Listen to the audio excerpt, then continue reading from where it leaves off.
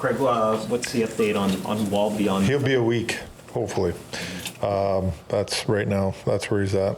Better than you expected, or just given the fallout after the No, not better. I mean, better would be he's ready to go tonight, but that's not the case.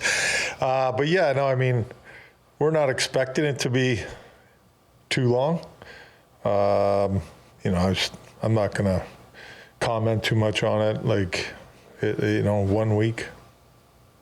Do you go with Dennis the whole week through, or do you look for AA to kind of get? Well, I'm just going to focus on Dennis going tonight.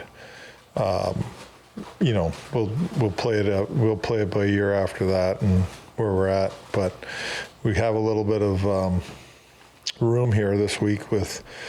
I mean, I know we play Monday again, so it's a quick turnaround there. But we have a little time, so there's a possibility that he could, go the distance here. What's the mental challenge for your group when both your starting goalies are out?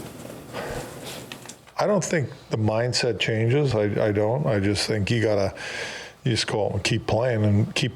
We come off a trip, had a great trip, but it's about not being complacent tonight and being ready to go from the drop of the puck here tonight. I don't think much changes with our game on who's in net. I mean, Dennis has played well for us.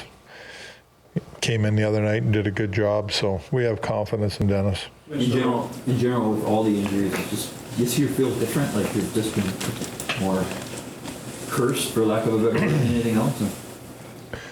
I mean, I've been involved in this before with injuries. I mean, it's part of it, and it's been tough for sure with the injury part of things.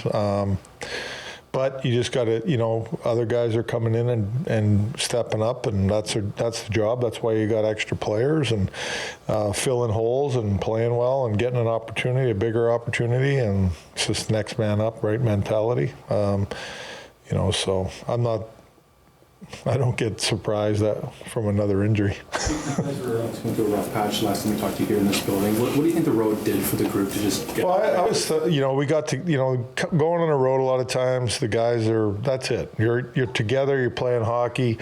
They're together all the time. They kind of they formed some closeness on the road, and I thought that our team took that onto the ice. To be honest with you, that's what I saw.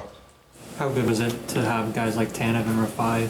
Yeah, it was great to see both of them out there. Tanny will get looked at this week, and hopefully it's good news and he can get more involved here.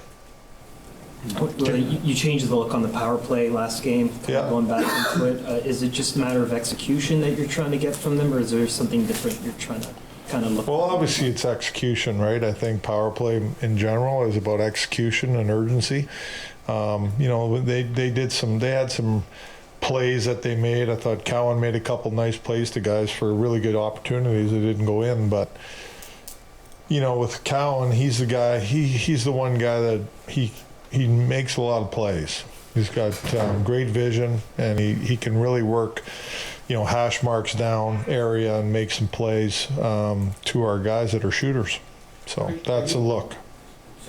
You've given tons of pregame speeches. We've all seen the ones in the playoffs, but you can't do the same speech every night. But what goes into a pregame speech for you? I think it's who you're playing and the significance of things, where we're at. I think a lot of, throughout the season, it's sort of where the team's at, what they need at that moment. Maybe they don't even need to hear me too much, like you got to have a feel for it all. And that's really what my pregame speeches go into. I mean, it's a feel thing. It's knowing your team, where they're at, what they need, who we're playing, the opponent. Those things all go involved in it. Yeah. You spoke to the minor hockey coaches. Yeah. Is there a message, an underlying message you want them to take away from something like this?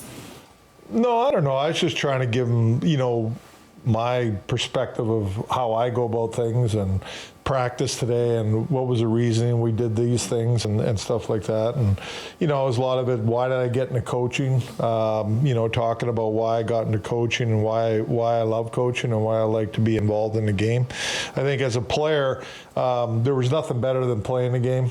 I had an opportunity to play a long time in this league. I was very fortunate, and I'm like, why do I want to get into coaching? To stay in the game and be in the locker room, and be part of a team. That's the best thing in the world, in my opinion. Nothing better. What's the number one question like minor hockey coaches or young coaches ask you? Yeah, that's a good question. I think a lot of coaches ask about accountability and what goes into it. I think that's the biggest thing. And and the other thing they ask a lot is like, I think too many coaches, and it's just my opinion, they want to change, and try new things. It's not about that. It's about sticking with the process and beating it into your team, not beating it into, you know what I mean, mentally. Of this is the way we want to do things, right? Like you can't just jump around and change things all the time because things aren't working. You got to stick with things, and for me, it's about just stick with the process and keep banging away at it and keep working at it. But a lot of people always want to know about accountability. It's always a question that comes up everywhere. Fred, what do you think unlocked things for that Law line where they've stacked together games in a row here now? Puck possession for me. I mean, I think Nick Waugh does a great job of hanging on to pucks. He's very strong, and I thought, that gets Bobby and Joshua down there in the offensive zone, and they're a big, heavy line, right? So they possess pucks down there, and they're doing a great job of getting to the net too. So offensively, you got two big guys at the net, and they're getting pucks into that area, and they're scoring some goals because of it. And they all been really responsible defensively, which we need. It's a good line that I can throw out there in D zone against anybody, and which I have, and matchups and things like that. That makes it easier on that end of things to get some certain matchups. But size and I think they're obviously forming chemistry now. And Bobby McMahon's speed drives a lot of it. With his speed.